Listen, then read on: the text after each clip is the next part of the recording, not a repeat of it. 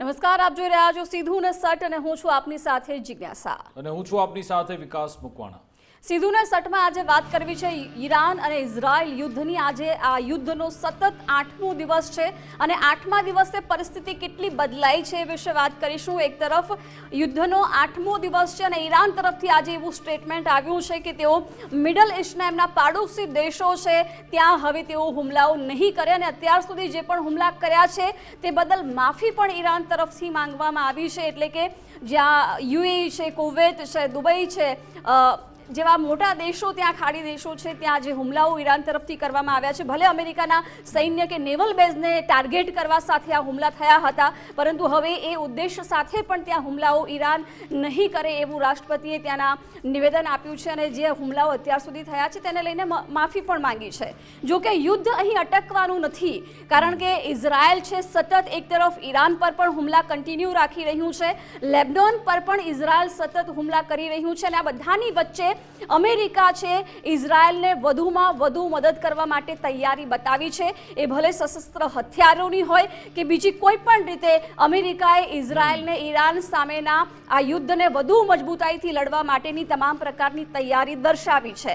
અત્યાર સુધી straight of હોર્મુઝ બંધ નથી થયું, પરંતુ આની વૈશ્વિક અસરો કઈ રીતે જોવા મળી રહી છે તો ખાસ તો જે પ્રકારે ક્રૂડ ઓઇલના ભાવ છે અલગ અલગ દેશોમાં ઉંચકાયા છે, પરંતુ ઈરાન તરફથી અત્યારે શેર માર્કેટ ત્યાં બંધ કરી દેવામાં આવ્યું છે। જ્યાં સુધી આગામી સૂચના ન આપવામાં આવે ત્યાં સુધી ઈરાનમાં સ્ટોક માર્કેટ છે એ સ્થગિત રહેશે, ત્યાં શેર બજાર બંધ રાખવાનો નિર્ણય લેવામાં આવ્યો છે, એટલે કે ત્યાં હવે શેર બજાર છે બંધ રહેશે। બીજી તરફ સોના ચાંદીના ભાવ એક અંદાજો એવો લગાવવામાં આવી રહ્યો હતો કે સોના ચાંદીમાં લોકો વેચાણ કરશે અને ભાવ વધશે, પરંતુ આની અસર એવી રીતે જોવા મળી રહી છે કે છેલ્લા 3 દિવસમાં સોના અને ચાંદીના ભાવ સતત ગગડ્યા છે અને સૌથી મોટો ઘટાડો છે એ સોના ચાંદીના ભાવમાં અત્યારે જોવા મળી રહ્યો છે। પરંતુ આ યુદ્ધ છે એ સતત આગળ વધારે તણાવપૂર્ણ પરિસ્થિતિમાં પહોંચ્યું છે અને હુમલા સતત ચાલુ છે। વિકાસ બિલકુલ, અને એટલા માટે જ સૌપ્રથમ આજના મોટા મહત્વના સમાચાર એ કે ઇઝરાયલની હિઝબુલ્લાહ વિરુદ્ધ કાર્યવાહી તો તે જ છે જે હિઝબુલ્લાહ અને હુતી ઈરાનના પ્રોક્સી તરીકે કામગીરી કરી રહ્યા છે, એમની કાર્યવાહી તો તે છે। પણ આજના બિગ બ્રેકિંગ ન્યૂઝ એ છે કે ઈરાનના રાષ્ટ્રપતિ નાટ્યાત્મક રીતે સામે આવ્યા અને એમણે સીધી રીતે ખાડી દેશોની માફી માંગી લીધી છે। એમણે કહ્યું કે આજે 7 દિવસોમાં તમારા પર જે હુમલા થયા એ બદલ માફી માંગે છે, પણ સાથે સાથે એમ પણ કહ્યું કે જો તમે એ તમારી જમીનનો ઉપયોગ અમારા પર એટેક કરવા માટે થશે તો અમે તમારા પર હુમલો કરતા ખચકાઈશું નહીં। તો સવાલ એ થાય કે 7મા દિવસે ઈરાને આ સ્ટેટમેન્ટ કેમ આપ્યું? શું આ એની પાછળ કોઈ રણનીતિ છે અથવા તો ઈરાન કે જે હવે કોઈ નવા ટ્રેક પર જઈ રહ્યું છે અથવા તો કોઈ નવી ચાલ ચાલવામાં આવી રહી છે, એને પણ આપણે ડિકોડ કરવાનો પ્રયત્ન કરીશું। અને જે રીતના આજે અત્યારે આપણે 8મા દિવસમાં છે યુદ્ધના, અને તમે જુઓ કે જ્યારે ખામેનીનું મોત થયું હતું ત્યારે એવું લાગતું હતું કે હવે આ બધું શાંત થઈ જશે, બહુ તો 2 દિવસ 3 દિવસ, પરંતુ અત્યારે આ પરિસ્થિતિ 8મા દિવસ સુધી પહોંચી ગઈ છે અને 8મા દિવસે પણ જે રીતના સમાચાર ત્યાંથી આવી રહ્યા છે, જે રીતના વિડીયોઝ ત્યાંથી આવે છે, જે રીતના રિપોર્ટ આવે છે, અને ત્રણેય દેશોમાંથી ઇઝરાયલ, અમેરિકા અને ઈરાન ત્રણેય દેશોમાંથી રાષ્ટ્રપ્રમુખોના મોટા નેતાઓના જે સ્ટેટમેન્ટ આવે છે એ બતાવે છે કે આ શાંત થવાનું નથી, પણ સવાલ એ પણ છે કે આમાં જીતશે કોણ, કે તમામે તમામ હારી જશે એક સવાલ છે।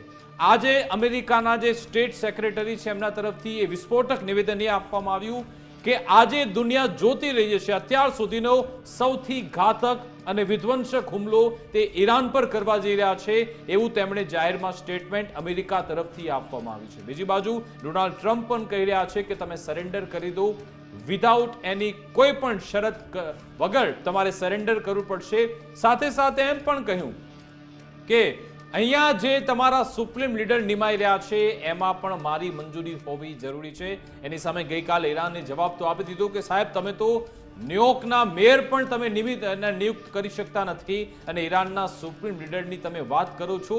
આ બધું થઈ રહ્યું છે, પરંતુ જે કહેવામાં આવતું હતું કે અર્થવ્યવસ્થા હોય કે પછી આર્થિક મોરચે તમામ દેશોને આમાં સીધું નુકસાન થવાનું છે। તમે ભારતમાં જુઓ, એલપીજી ગેસના ભાવ વધવા લાગ્યા છે અને બ્રેન્ટ ક્રૂડ ઓઇલ જે આપણે ખરીદીએ છીએ એમાં પણ પ્રતિ બેરલ એમાં વધારો થઈ ચૂક્યો છે।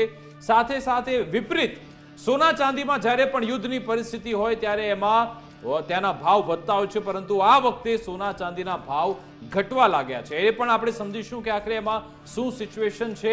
સાથે સાથે ભારતના હિત આમાં ક્યાંય જળવાયેલા છે કે કેમ, ભારત આગળ આમાં કેવી રીતે વધી રહ્યું છે એ વિશે વાત બિલકુલ, કરીશું. હા. અને બીજા એક મોટા સમાચાર એ છે કે ઇઝરાયલ છે એ અત્યારે બે મોરચે લડી રહ્યું છે. ઈરાન સામે સીધું તો જંગમાં છે જ, પરંતુ સાથે લેબનોન પર પણ ઇઝરાયલ દ્વારા સતત કાર્યવાહી ચાલુ છે.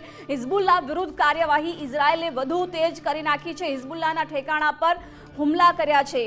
યુદ્ધમાં ઈરાનની રશિયા પણ મદદ કરી રહ્યું હોવાની અત્યારે ગુપ્ત માહિતી મળી રહી છે, કારણ કે પહેલાથી જ એવો અંદાજ લગાવવામાં આવી રહ્યો હતો કે શું સીધી રીતે ચીન કે રશિયા ઈરાનને મદદ કરશે કે પછી સ્વાભાવિક એવું નિવેદન જાહેરમાં આપી દેશે કે તેઓ મદદ કરવા માટે તૈયાર છે, જેમ અમેરિકા ઇઝરાયલના સપોર્ટમાં આવ્યું છે. તો હવે એવા મોટા સમાચાર મળી રહ્યા છે કે રશિયા ઈરાનને સપોર્ટ કરશે, એટલે સૌથી વધારે મોટી પરિસ્થિતિ વધારે કદાચ આગળ જતા બગડી શકે છે, જ્યાં યુદ્ધ 3-4 દિવસ કે 3-4 અઠવાડિયામાં જ નિપટાઈ જશે એવી શક્યતાઓની વચ્ચે કદાચ આ યુદ્ધ છે વધારે ઘેરું બની શકે છે, કેમ કે ઈરાન છે ન વાતચીત માટે તૈયાર છે, ના તો ઝૂકવા માટે તૈયાર છે. જે આ પ્રકારે સુપ્રીમ લીડરની વાત છે, મોજદુબ્બા ખામીનેઈ સુપ્રીમ લીડર બનવું નિશ્ચિત જ છે. કદાચ એમને આ જવાબદારી સોંપી પણ દેવામાં આવી છે અને એ વાત ટ્રમ્પને કદાચ પસંદ પણ નથી, એટલે ઇઝરાયલને પણ મદદ કરવા માટે અમેરિકા આગળ આવી ગયું છે. એટલે પરિસ્થિતિ અને તણાવ બંને વિકાસ અહીં વધવાના છે. અને આ દાવો વોશિંગ્ટન પોસ્ટે જ કર્યો છે. વોશિંગ્ટન પોસ્ટે ધડાકો એ કર્યો કે રશિયા આમાં યુદ્ધમાં જોડાઈ ચૂક્યું છે. સીધી રીતે નહીં, પણ જે પણ સેટેલાઇટ ઇન્ફોર્મેશન આપવાની હોય, જેટલી પણ એવી ક્રિટિકલ ઇન્ફોર્મેશન હોય એ સીધી જ ઈરાનને મળી રહી છે. વોશિંગ્ટન પોસ્ટે એમ કહ્યું કે ઈરાન આવી રીતે પિન પોઈન્ટ હુમલા કેવી રીતે કરી રહ્યું છે તો એને મદદ મળી રહી છે પાછલા બારણીથી રશિયાની. એટલા માટે જ એક સ્ટ્રેટેજી સાથે રશિયા ઈરાન સાથે જોડાઈ ચૂક્યું છે. દાવો થઈ રહ્યો છે કે જે રીતે યુક્રેનની મદદ કરી અમેરિકાએ, એવી રીતે જ હવે રશિયા ઈરાનની મદદ કરી રહ્યું છે. વોશિંગ્ટન પોસ્ટે આ દાવો કર્યો છે. આ બધાની વચ્ચે આજે જ્યારે ઈરાનના જે સુપ્રીમ લીડર છે, એમના પ્રતિનિધિ જે ભારતમાં હમણાં છે, એમણે ભારત અને ઈરાનના સંબંધ વિશે મહત્વનું નિવેદન આપ્યું. એમણે કહ્યું કે સાંસ્કૃતિક રીતે હોય, ફિલોસોફિકલ રીતે હોય કે પછી આટલા વર્ષોની વાત કરીએ તો 3000 વર્ષ જૂના છે ભારત અને ઈરાનના સંબંધો. માઝિદ હકીમ ઇલાહી છે જે ઈરાન સુપ્રીમ લીડરના પ્રતિનિધિ ભારતમાં છે, એમણે કહ્યું છે. સાથે સાથે એમણે સ્વીકાર પણ કર્યો કે અમારી જે પરિસ્થિતિ છે સારી નથી. અમેરિકાએ જે એટેક કર્યો છે એના કારણે અમારી પરિસ્થિતિ સારી નથી. એમણે સ્વીકાર કર્યો, પણ એ સ્વીકારની સાથે સાથે એમણે એમ કહ્યું કે અમે અમારી ગરિમા, અમારી સ્વતંત્રતા માટે બલિદાન આપવામાં પણ ખચકાઈશું નહીં. જી હા, એમના જે એમ્બેસેડર હોય એ પણ એમણે પણ આજે ભારતમાં દિલ્હીથી આ સ્ટેટમેન્ટ એ આપ્યું હતું કે અમે ઝૂકીશું નહીં. અમે ભલે શહીદ થઈ જઈએ, ભલે અમેરિકા સામે શહીદ થઈ જઈએ, પણ અમે સરેન્ડર તો કરવાના છે જ નહીં. એવી વાત સતત એ ઈરાનના રાષ્ટ્રપતિએ પણ કરી, અહીંયા ભારતમાં રહેલા પ્રતિનિધિ પણ કરી રહ્યા છે, એમ્બેસેડર પણ કરી રહ્યા છે. એટલે કે કુલ મળીને આ યુદ્ધ હજુ પણ ચાલતું રહેશે એવું લાગી રહ્યું છે. અને આ બધી જ બાબતોને સમજવાનો પ્રયત્ન કરીશું. આપણી સાથે ડિફેન્સ એક્સપર્ટ મનન ભટ્ટ જોડાઈ ગયા છે. મનનજી, આપનું ગુજરાત ફર્સ્ટમાં સ્વાગત છે. પહેલું રિએક્શન આપનું એ બાબતે લેવા માંગીશ કે વોશિંગ્ટન પોસ્ટે કહ્યું છે કે જે ઈરાન પિન પોઈન્ટ એટેક કરી રહ્યું છે એ રશિયાના કારણે કરી રહ્યું છે. ઈરાન પાસે મિસાઇલો છે, ડ્રોન છે, તમામ વસ્તુ છે, પણ એક વસ્તુ લેક એ કરે છે કે એમની પાસે ઇન્ફોર્મેશન નથી. અને આ યુગ એવો છે કે ભલે તમારી જોડે એ લશ્કર, એ જખીરો હોય, પણ ઇન્ફોર્મેશન વગર તમે કંઈ જ ન કરી શકો ને. ઇન્ફોર્મેશન રશિયા એમને પૂરું પાડી રહ્યું છે. શું કહે છો?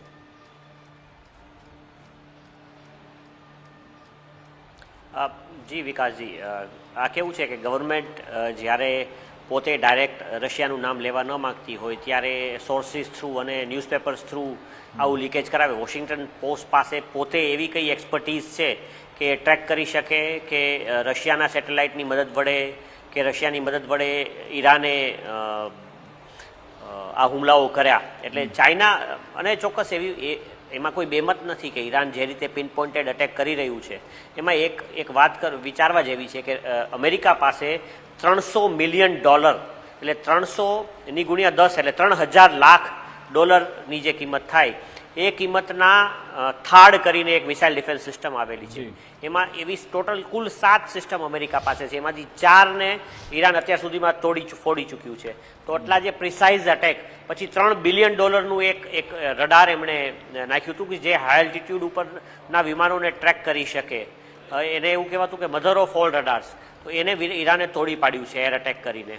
એટલે એ જોતા ઈરાનના એર અટેક્સની જે પ્રિસિઝન છે એ જોતા એટલું તો નક્કી છે કે કોઈને કોઈ દેશ જે ટેકનિકલી એમ્પાવર્ડ છે, એટલે ચાઇના હોય કે રશિયા હોય, આ બેમાંથી કોઈ ઈરાનને મદદ કરી રહ્યું છે. એને સેટેલાઇટ ઇમેજ નું ફીડ આપી રહ્યું છે, ઇન્ટેલિજન્સ ફીડ મળી રહ્યું છે. હવે ચાઇના અને ચાઇનાનું નામ લેવું કે રશિયાનું નામ લેવું એનાથી કોઈ અત્યારે કંઈ થતું નથી, કેમ કે રશિયા કે છે ને બિગ બ્રધર છે. રશિયા પાસે ન્યુક્લિયર વેપન્સ છે, જેમ ભારત પાસે છે, જેમ ચાઇના પાસે છે, રશિયા પાસે છે. એટલે આ બધા દેશોનું નામ લઈ શકાય. રશિયા ઉપર એ લોકોએ પ્રતિબંધો નાખ્યા છે, કદાચ થોડા 2-4 પ્રતિબંધો હજી કાંઈ બચ્યું હોય તો નાખી શકે છે. બાકી ચાઇના ઉપર તો પ્રતિબંધ પણ નાખી શકાય એમ નથી, એટલે ચીનનું નામ લીધા જેવું નથી. એટલે CIA લોકોનું આ બધું સાયઓપ્સ છે. ઈરાનને કોઈને ને કોઈની પાસેથી તો ફીડ લેવાનું હતું, તો જ ઈરાન એટલું સારા પ્રિસાઇઝલી અટેક કરી શકે. જુઓ, રાઇટ ટુ ડિફેન્ડ ઈરાન પાસે છે. ઈરાન પર જ્યારે એમણે અગ્રેશન બતાવ્યું છે તો અમેરિકાએ અને ઇઝરાયેલે મળીને, તો ઈરાનને પોતાને ડિફેન્ડ કરવાનો અને વળતો હુમલો કરવાનો અધિકાર છે. પરંતુ જે રીતનું બરબાદી ઈરાન પર ઇઝરાયેલ અને અમેરિકાનું બોમ્બિંગ નોતરી રહ્યું છે, જે રીતે 160 સ્કૂલમાં ભણતી દીકરીઓની હત્યા કરવામાં આવી, અને જે સમાચાર મને મળી રહ્યા છે કે ક્લાઉડ કરીને એક AI છે, એને ઇન્ટિગ્રેટ ડિફેન્સ સિસ્ટમમાં કરી અને એના દ્વારા ટાર્ગેટ્સ ચૂઝ કરવામાં આવી રહ્યા છે. એના દ્વારા કેવું વેપનરીની અંદર કેટલો દારૂગોળો વાપરવો એ ચૂઝ કરવામાં આવી રહ્યું છે. એ જોતા જેટલું ફાસ્ટ ડિસિઝન મેકિંગથી એ લોકો ઈરાનની બરબાદી નોતરી રહ્યા છે, એટલે એ લોકો બહુ ક્વિકલી તહેરાનને ખતમ કરવા માંગે છે. ઈરાન અને એની આજુબાજુના અર્બન સેન્ટર્સને ખતમ કરીને ઠેકાણા પર, ઈરાનના 3000 ઠેકાણા પર એમણે ધ્વસ્ત કરી નાખ્યા છે, અને આંકડો હવે 1300-1400 સુધી પહોંચી ગયો છે. પણ મારે સાહેબ સમજવું છે કે આજે યુદ્ધના 8મા દિવસે ઈરાનના રાષ્ટ્રપતિ પેઝેશ્કિયાન સામે આવ્યું છે, અને એમણે ખાડી દેશોની માફી માંગી. એમણે કહ્યું કે તમારે પર જે એટેક કર્યો છે બદલ હું દિલગીર છું. એને હું એ સાથે જોડીને કહી રહ્યો છું, કારણ કે ગઈકાલે વિગત એવી હતી કે સાઉદી અરબના જે પ્રિન્સ છે મોહમ્મદ બિન સલમાન, એમના પર એટેક થઈ શકે છે, અને એનો એટેકનો પ્લાન હુતી બનાવી રહ્યું છે. અને જો સાઉદી આમાં સીધી રીતે ઇન્વોલ્વ થઈ જાય તો પરિસ્થિતિ ઓર વિકટ થઈ શકે છે. ઈરાનનું આ પગલું માફી માંગી લેવી એટલે ખાડી દોશે નહીં, એમ ડાયરેક્ટલી માફી નહીં, પણ કે તમારા પર જે એટેક કર્યો છે એ બદલ માફી માંગુ છું. સાથે સાથે એડ કરી દીધું કે ભાઈ જો તમારા જમીનનો ઉપયોગ થયો અમારા સામે હુમલો કરવા, તો પછી અમે એટેક કરીશું. આની પાછળનું એ શું રહસ્ય આપને લાગી રહ્યું છે કે કેમ 8મા દિવસે આવી વાત ખાડી દેશોને લઈ કરવામાં આવી ઈરાન તરફ? જુઓ, ઈરાન એક ભલે શિયા રાષ્ટ્ર હોય પણ એક ઇસ્લામિક રાષ્ટ્ર છે, એટલે ખાડી દેશોના લોકોને ઈરાન પ્રત્યે કંઈક ને કંઈક સોફ્ટ કોર્નર હતો. અને ઇઝરાયલ અને ખાડી દેશો કે પછી કોઈ પણ ઇસ્લામિક દેશ, એ લોકોને એમ કહી શકાય કે જો હું શબ્દ વાપરું તો બાપે માર્યા વેર છે, એવા પ્રોબ્લેમ્સ છે. એટલે એ જોતા જ્યારે તમે ઇઝરાયલની સપોર્ટમાં જાઓ ત્યારે ઈરાને જે હુમલાઓ કર્યા ને એની પાછળનું થોડુંક વિચારી કે આપણે સમજવા જેવું છે. કે જુઓ, તમે જ્યારે કોઈ પણ દેશની સેન્ટ્રલ કમાન્ડ અને લીડરશિપ, ટોપ લીડરશિપ, પછી એ મિલિટરીની હોય કે પોલિટિકલ હોય, એને ખતમ કરી નાખો તો પછી રિઝનિંગ કોણ કરશે? ભારતને જ્યારે પાકિસ્તાન પર ઓપરેશન સિંદૂર કર્યું તો રિઝનિંગ થયું ને, પ્રધાનમંત્રીશ્રીએ નિર્ણય લીધો, સુરક્ષા committee, cabinet committee on security CCSએ નિર્ણય લીધો કે એક એમ્પાવર્ડ કમિટી, અને પછી સૈન્યને કીધું કે તમે હુમલાઓ કરો. પણ જ્યારે ઈરાને એવું વર્કઆઉટ કરી રાખ્યું હતું કે જો આપણી ટોપ લીડરશિપને આપણા દુશ્મનો ખતમ કરે છે તો દરેક કમાન્ડ તમારી મિલિટરીની એ ડિસેન્ટ્રલાઇઝ થઈ જશે. અને એ લોકો એમને પહેલેથી ટાર્ગેટ્સ આપવામાં આવ્યા છે. આ ટાર્ગેટ્સ પર કેવી રીતે હુમલો કરવો, તમારી પાસે જે દારૂગોળો છે એનો કઈ રીતે ઉપયોગ કરવો, એનો તમે નિર્ણય લો. એટલે જ્યારે તમે ટોપ લીડરશિપને ખતમ કરી નાખો તો તમે વાત કોની સાથે કરશો? અમેરિકાએ બહુ મોટી વ્યૂહાત્મક ભૂલ કરી કે સંપૂર્ણપણે ટોપ લીડરશિપને ખતમ કરી નાખી, એટલે વાત કરવા જેવું કોઈ બચ્યું નહીં. એટલે સૈન્ય કમાન્ડરોને છૂટો દોર હતો કે ભાઈ જ્યારે ટોપ લીડરશિપ સાથે આવું કંઈ બને, આવી કંઈ કન્ટિન્જન્સી બને, તો એ સંજોગોમાં તેમણે ડિસેન્ટ્રલાઇઝ કામ કરવું અને હુમલાઓ કરવા. અને તમે વાત કરો કે પ્રધાનમંત્રી જે ઈરાનના છે એમના કંટ્રોલમાં, હું નથી માનતો કે હજી સૈન્યની પૂરી કમાન આવી હોય, કેમ કે અત્યારે ઈરાન ઉપર જે રીતે 3000, તમે વિચારો તો ખરા, થોડા જ દિવસની અંદર 3000 અટેક કરી નાખવા, એટલે ડિસિઝન્સ જે છે, હ્યુમન ડિસિઝન્સ જ્યારે વાત હોય તો આપણે પાકિસ્તાનની 10 કે 15 સાઇટ્સ આટલા દિવસોમાં ઠોકી હતી, અને એક બીજી તરફ આ લોકોએ 3000 જગ્યાઓએ હુમલા કરી નાખ્યા સાહેબ. એટલે માનવીય રીતે વિચારીએ તો આ છે ને ઓવર એન્ડ અબવ જઈ રહ્યું છે. એઆઈ દ્વારા હુમલાઓ કરવામાં આવી રહ્યા છે. એટલે સૈન્ય ઉપર પ્રધાનમંત્રીનો હવે કોઈ કંટ્રોલ હોય એવું લાગતું નથી, કેમ કે દુબઈ એરપોર્ટ પર બપોરે આઈ થિંક 1 કે 12 વાગ્યાથી 1 વાગ્યાની વચ્ચે હુમલો થયો છે, અને એ ઈરાન દ્વારા જ આવ્યો એવા ચાન્સીસ છે. એટલે મને એક તરફ સ્ટેટમેન્ટ આવ્યું કે અમે માફી માંગીએ છીએ, અને બીજી તરફ હુમલાઓ ચાલુ છે. એવું કહી રહ્યા છે કે ખાડી દેશો પર અમે હવે હુમલા નહીં કરીએ, પરંતુ રાષ્ટ્રપતિના નિવેદન પછી પણ કતારના દોહા પર પણ હુમલો થયો છે. યુએઈ અને સાઉદી અને જોર્ડનમાં અમેરિકાની જે થર્ડ સિસ્ટમ છે, ડિફેન્સ સિસ્ટમ, એની પર પણ હુમલો થયો છે. એટલે ઈરાનની રણનીતિ શું છે? સ્ટેટમેન્ટ કંઈક અલગ આપે છે અને હુમલાઓ પણ ચાલુ છે.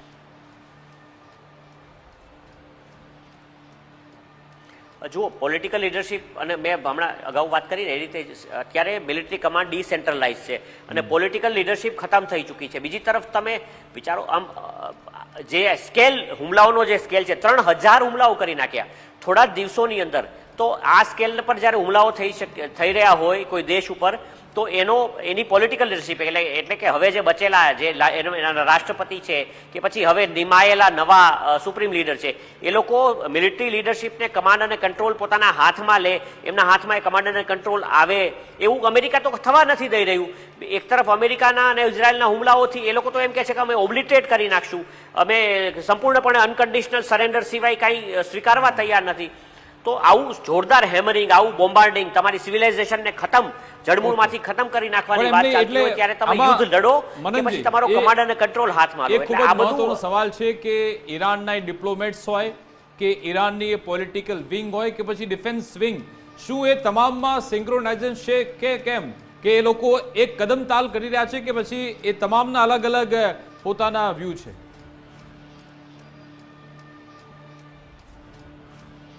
જુઓ, વ્યૂ પૂરતું હું ફરીવાર એકથી વાત રિપીટ કરું કે વ્યૂ કે પછી કમાન્ડ અને કંટ્રોલની વાત ક્યારે આવે કે જ્યારે કમાન્ડ કરવાવાળા લોકો કોઈ હોય. કમાન્ડ સંપૂર્ણપણે મિલિટરી કમાન્ડ ડિસેન્ટ્રલાઇઝ છે અને જે લોકલ કમાન્ડર્સ છે એ લોકો પોતે ડિસિઝન્સ લઈ રહ્યા છે. અને બીજી તરફ અત્યાર સુધીમાં 3000 હુમલાઓ થઈ ચૂક્યા છે ઈરાન પર. એટલે કમાન્ડ અને કંટ્રોલને હાથમાં લેવા માટે તમને પીસ જોઈએ, તમને શાંતિ જોઈએ. અમેરિકા અને ઇઝરાયલ પોતે ચૂપ નથી થઈ રહ્યા, પોતે શાંત નથી થઈ રહ્યા, અને ઈરાન તરફથી થઈ રહેલા છૂટપૂટ હુમલાઓને રોકવાની પણ એ લોકો માટે અત્યારે મુશ્કેલ બની રહ્યું છે. એટલે ઈધર વે, જ્યાં સુધી ઈરાન અને ઇઝરાયલ જે પોતે અગ્રેસર છે એ આ બધું રોકશે નહીં, થોડીક કમસે કમ તમે યુદ્ધ વિરામ આપો, જેથી ભારત જેવા દેશો, બીજા દેશો ઈરાનથી પોતાના વિદ્યાર્થીઓને અને નાગરિકોને પાછા બોલાવી શકે. તો યુદ્ધ વિરામનો જો પણ સમય મળે 2 કે 3 દિવસનો, તો એમાં પણ કંઈક કમાન્ડ કંટ્રોલ હાથમાં આવે અને ઈરાનની સાથે કંઈક વાતચીત થઈ શકે. વાતચીત માટેનો વિન્ડો અમેરિકા અને ઇઝરાયલ ખુલ્લો નથી આપી રહ્યા, જગ્યા નથી રાખી રહ્યા આ સંઘર્ષની અંદર. એટલું બધું અગ્રેશન છે અત્યારે. બિલકુલ બિલકુલ. એની સાથે સાથે જે માર્કેટ છે એના પર પણ આ યુદ્ધની અસર થઈ જ રહી છે, જે શક્યતા હતી. આમ એ સારા સમાચાર એ છે કે સ્ટ્રેટ ઓફ હોર્મુઝ બંધ થયું નથી, પણ અમેરિકાના જેટલા પણ એ શિપ ત્યાંથી નીકળે કે પછી ટેન્કર નીકળે એને ચોક્કસથી એટેક કરવામાં આવી રહ્યા છે. ભારતની વાત કરીએ તો ઘરેલું રાંધણ ગેસ છે એમાં પણ ભાવમાં વધારો થઈ ચૂક્યો છે. 60 રૂપિયાનો ભાવ વધારો એમાં થયો છે. એલપીજીનું ઉત્પાદન કરવાના પણ આદેશ આપવામાં આવ્યા. આ બધાની વચ્ચે વિપરીત સ્થિતિ એ જોવા મળી કે સોના ચાંદીના ભાવમાં છે એમાં કડાકો બોલાયો છે. આમ એવું જોવા મળતું હોય છે કે જ્યારે આવી યુદ્ધની પરિસ્થિતિ થાય તો એવું કહેવાય, એક્સપર્ટ કહેતા હોય છે કે ભાવ વચ્ચે, પણ અત્યારે સોનું 3 દિવસમાં 8000 સસ્તું થઈને 1.59 લાખ સુધી પહોંચી ગયું. બિલકુલ, સતત 3 દિવસથી સોનાના ભાવમાં ઘટાડો જોવા મળી રહ્યો છે. અત્યારે સોનાના ભાવ છે 1,59,000 પ્રતિ 10 ગ્રામે થઈ ગયા છે. ચાંદીનો ભાવ પણ 26,000 ઘટ્યો છે અને 2,63,000 પર ચાંદીના ભાવ અત્યારે જોવા મળી રહ્યા છે. એટલે કે છેલ્લા 36 દિવસમાં 1.23 લાખ ચાંદી છે એ સસ્તી થઈ છે. 10 ગ્રામ 24 કેરેટ સોનું પણ 1.59 લાખ પર આવીને ઊભું રહી ગયું છે. 1 કિલો ચાંદીનો ભાવ 2,63,210 પર પહોંચ્યો છે. યુદ્ધની આ પરિસ્થિતિ વચ્ચે હતું કે ક્યાંક સોના ચાંદીના ભાવમાં સતત ઉછાળો જોવા મળશે. ન માત્ર સોના ચાંદીના ભાવ પરંતુ તમામ ચીજવસ્તુઓ મોંઘી થશે. ક્રૂડ ઓઇલ પણ જે પ્રકારે વધશે ને એના ભાવ જોવા મળશે. પરંતુ અહીં વિપરીત પરિસ્થિતિ છે અને સોના ચાંદીના ભાવમાં સતત ઘટાડો જોવા મળી રહ્યો છે. વિકાસ, બિલકુલ. અને ઈરાને પણ નિર્ણય લીધો છે કે શેર બજાર આગામી સૂચના સુધી બંધ રહેશે. અમેરિકામાં ડાઉન જોન્સમાં પણ કડાકો થયો છે. ગઈકાલે આપણા શેર બજારમાં પણ કડાકો બોલાયો. તો આ જ સમજવાનો પ્રયત્ન કરીશું. આપણી સાથે માર્કેટ એક્સપર્ટ જોડાઈ ગયા છે એમની સાથે આપણે સંવાદ કરીશું. પરેશભાઈ ગોરધનદાસ જોડાયા છે. પરેશજી, ગુજરાત ફર્સ્ટમાં આપનું સ્વાગત છે. સાહેબ, આ જે પરિસ્થિતિ થઈ છે, એક તો સોના ચાંદી વિશે વાત કરીએ. શું આ ભાવ ઘટવાના છે સોના ચાંદીના? કારણ કે ચાંદી સતત ઘટી રહ્યું છે, સોનાનો ભાવ પણ ઘટી રહ્યો છે. આપનું આકલન શું છે? મારી દ્રષ્ટિએ જોઈએ તો અત્યારે પરિસ્થિતિ વિકટ છે અને સતત 9મા દિવસે યુદ્ધ આગળ વધી રહ્યું છે અને હજી પણ બેમાંથી એક પણ પાર્ટી પાછી પાણી કરે તેવી સંભાવના નથી લાગતી. આમ ભલે થોડુંક પ્રોફિટ બુકિંગ અને કરેક્શન આવ્યું હોય, પરંતુ સોના, ચાંદી અને ક્રૂડ આ ત્રણેય કોમોડિટીમાં આગામી દિવસોમાં ખૂબ જ સુંદર તેજી જોવા મળશે તે સંભાવના દેખાય છે. બરાબર. આપણે જે ક્રૂડ ઓઇલ ખરીદીએ છીએ, બ્રેન્ટ ક્રૂડ ઓઇલ, એના પણ પ્રતિ બેરલના ભાવ સતત વધી રહ્યા છે. શું તેની અસર ભારતમાં જોવા મળશે ખરા? આપને શું લાગી રહ્યું છે? સરકારે તો એ સીધી રીતે નહીં, પણ જે સોર્સથી સમાચાર મળે છે કે અત્યારે કોઈ પેટ્રોલ ડીઝલના ભાવ વધવાના નથી, પણ આપને શું લાગી રહ્યું છે? એવી સ્થિતિ સર્જાશે ખરા કે ક્યાં સુધી આને આપણે કંટ્રોલ કરીશું? કારણ કે સતત યુદ્ધના દિવસો તો આગળ વધી રહ્યા છે. આજે તમે જે ક્રૂડનો પ્રશ્ન પૂછ્યો તેને 3 પાસા છે. એક તો આંતરરાષ્ટ્રીય સ્તરે પેલા એક જ અઠવાડિયામાં ક્રૂડ તેલના ભાવમાં 35% ઉછાળો જોવાયો અને જ્યારે ક્રૂડના ફ્યુચર ટ્રેડિંગની વાત કરીએ તો છેક 1983માં આ પ્રકારે તોતિંગ ઉછાળો જોવાયો હતો અને તે પછી પ્રથમ વખત ક્રૂડના ભાવમાં આ રીતનો તીવ્ર ઉછાળો જોવાયો છે. સામે પક્ષે જે અખાતી ખાડીમાંથી જે વહાણો આવતા હતા, શિપિંગ ટેન્કરો આવતા હતા, તેને બદલે હવે આપણે રશિયામાંથી ક્રૂડ ખરીદવું પડશે અને અગાઉ જે રશિયાનું ક્રૂડ આપણને ડિસ્કાઉન્ટમાં મળતું હતું તેને બદલે આજે બજાર ભાવે આપણે ક્રૂડ ખરીદવું પડશે. એટલે તે રીતે પણ આપણી ક્રૂડની પડતર ઊંચી જવાની. અને ત્રીજો મહત્વનું પરિબળ એ છે કે જે આંતરરાષ્ટ્રીય સ્તરે જે ક્રૂડનું જે પ્રોસેસિંગ થતું હતું એને સિંગાપુર રિફાઇનિંગ માર્જિન કહેવાય. અગાઉ સિંગાપુર રિફાઇનિંગ માર્જિન $3 ઉપર ચાલતો હતો આજથી મહિના પહેલા. એ સિંગાપુર રિફાઇનિંગ માર્જિન અત્યારે $30 ઉપર પહોંચી ગયો છે. એટલે સ્વાભાવિક છે કે જ્યારે ચેન્નઈ મેટ્રો, MRPL કે રિલાયન્સ એ બધાએ વધારે માર્જિન, એ લોકો પણ વધારે માર્જિન ચાર્જ કરશે. શિપિંગ ભાડામાં પણ તોતિંગ ઉછાળો છે. એટલે પરેશભાઈ, તમે જેમ કહી રહ્યા છો કે સોના ચાંદીના ભાવ કદાચ આવનાર સમયમાં વધશે, એની તેજી જોવા મળવાની જ છે, પણ આ છેલ્લા 3 દિવસથી જે ઘટાડો આપણે જોઈ રહ્યા છે એના પાછળ બીજા કોઈ કારણો રહેલા છે? શા માટે આ ઘટાડો અત્યારે આપણને જોવા મળી રહ્યો છે? નોર્મલમાં જયારે કોઈ પણ તેજી હોય ત્યારે એક સામથી તેજી ન જોવાય, એ અપ્સ એન્ડ ડાઉનમાં તેજી આગળ વધતી હોય. એટલે વચ્ચે ક્યારેક પ્રોફિટ બુકિંગ આવે અને પછી તેજી આગળ વધે.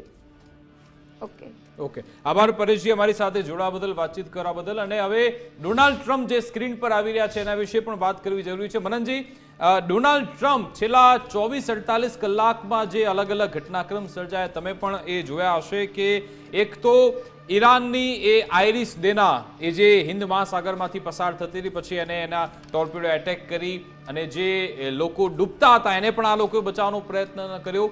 એના એક્ઝેક્ટ પછી તરત જ ભારતે ખેમેની અંગે શોક પણ વ્યક્ત કર્યો.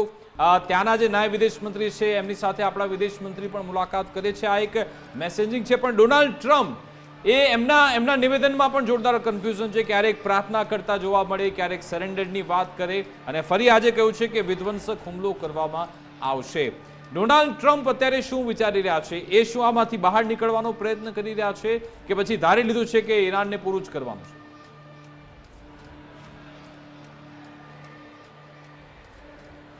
ઈરાનને તો એ લોકો પૂરું કરી રહ્યા છે. જે રીતના જુઓ, આ અનપ્રેસિડેન્ટેડ વેમાં AI એટલે આર્ટિફિશિયલ ઇન્ટેલિજન્સ દ્વારા ટાર્ગેટ ચૂઝ કરાઈને જ્યારે હુમલાઓ થઈ રહ્યા હોય ત્યારે મને લાગતું નથી કે ઈરાન પાસે હવે કંઈ સમખાવા પૂરતો કે કંઈ બચશે.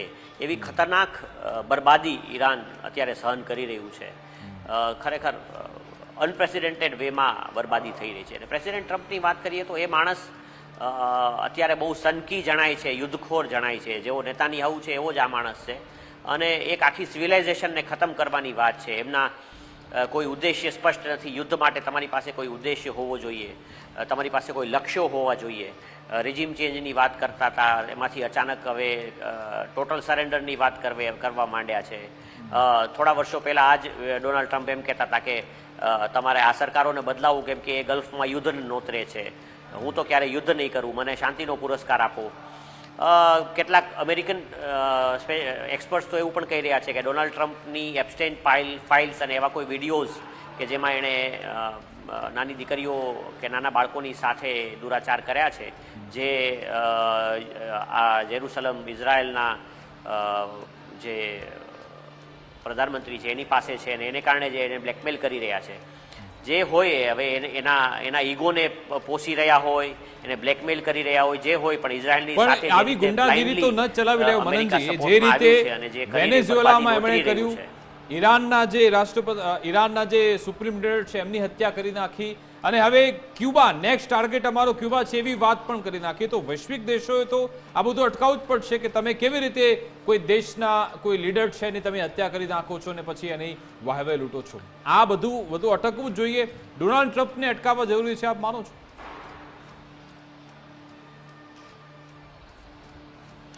જી, ડોનાલ્ડ ટ્રમ્પને કહે છે ને કે આ છે ને વિફરેલો આખલો છે અને નાથવાવાળું કોઈ તો જોશે જ.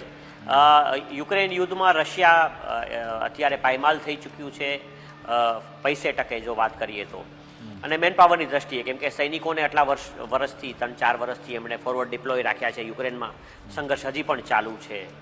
બીજી તરફ વાત કરીએ ભારતની, તો ભારતની કોઈ સીધી દુશ્મની અમેરિકા સાથે છે નહીં. એટલે કેવું છે કે આટલી મોટી મહાસત્તા હોય ને એને ચેલેન્જ કરવા માટે સામે કોઈ મહાસત્તા જોઈએ, એની અનફિલ્ટર્ડ આ જે વસ્તુઓ ચાલી રહી છે એને રોકવા માટે. તો ભારતની સાથે કોઈ સીધી દુશ્મની નથી, એટલે આપણે એમની સાથે લડવાનો સવાલ નથી. ચીન છે તો અમેરિકાએ ભારત કરતાં પણ ચીનને ટેરિફમાં પણ વધારે ને વધારે બેનિફિટ આપ્યો છે. અમેરિકાનું જો ખરેખર વિશ્વમાં પ્રતિદ્વંદી કોઈ હોય તો એ ચાઇના છે, પણ ચાઇના પોતે એક વેપારી છે અને વેપારી ને કોઈ સાથે ઝઘડો કરવો પોસાય નહીં. એટલે એ તો એને તો તાઇવાન જોઈએ છે, તો તાઇવાન પર પણ હુમલો નથી કરતા, બાકી અત્યારે કરે તો એને કોણ રોકવાનું છે. એટલે અમેરિકા કોઈ પણ મહાસત્તા કે એવો દેશ કે જેની પાસે ન્યુક્લિયર શસ્ત્રો છે તેની સાથે તો સંઘર્ષમાં ઉતરવાની ભૂલ નહીં કરે, અને બાકી નબળાઓને દાબી અને દબડાવીને આ બધા કાર્યો કરે છે. આંતરરાષ્ટ્રીય રીતે જે કહેવાય ને એક એવો રૂલ બેઝ ઓર્ડર જેને કહેવાય એની સ્થાપના થાય અને એ ચાલે, એને માટે જ બીજા વિશ્વયુદ્ધ પછી વૈશ્વિક દેશોએ મળીને યુનાઇટેડ નેશન્સની સ્થાપના કરી હતી. પરંતુ છેલ્લા કેટલાક સમયમાં આપણે જોયું છે ભલે એ જે કોન્ફિડન્સ સાથે યુક્રેન પર હુમલો કર્યો ત્યાર પછી, મનનજી, અને જે રીતે તમે છેલ્લા 3 દિવસના ઘટનાક્રમ જોવો તો હવે વિગત એવી પણ છે કે વધુ એક યુદ્ધપોત એ ત્યાં ઉતારી રહ્યા છે. પહેલા ઓલરેડી 2 તો હતા જ. અબ્રાહમ લિંકન એ ત્યાં થોડી ઇમ્પેક્ટ મળી છે એવા પણ સમાચાર છે. થોડું 1000 કિલોમીટર પાછળ પણ આવી ગયું છે. ત્રીજા જ્યોર્જ બુશ જે છે એ પણ ત્યાં લાવવામાં આવી રહ્યું છે યુદ્ધપોત. તો એ શું બતાવે છે? એક તો અલગ અલગ જગ્યાએ બેઝ પરથી પોતાની સેના પાછી લઈ લેવી, બુટ્સ ઓન ધ ગ્રાઉન્ડ નહીં થાય, વધુ એક યુદ્ધપોત અહીંયા મૂકી રહ્યા છે. તો એ તો બતાવે છે ને કે ક્યાંક એમને ઇમ્પેક્ટ પડી છે, અથવા તો થોડા નબળા પડ્યા છે, અથવા તો એ સમજી રહ્યા છે કે આમાંથી બહાર નીકળવું જરૂરી છે. શું એ લાઇનમાં જઈ રહ્યું છે અમેરિકા? આપને દેખાઈ રહ્યું છે?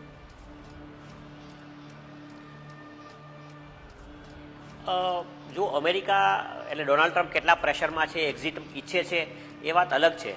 કદાચ એવા સાઇન્સ એમની બોડી લેંગ્વેજથી પણ તમને દેખાઈ રહ્યા છે, પરંતુ ડાયરેક્ટલી તમે જુઓ ને તો અમેરિકા પોતે ઇમ્પેક્ટેડ નથી. અમેરિકાથી ઈરાનનું ડિસ્ટન્સ 10,000 કિલોમીટરથી વધારેનું છે.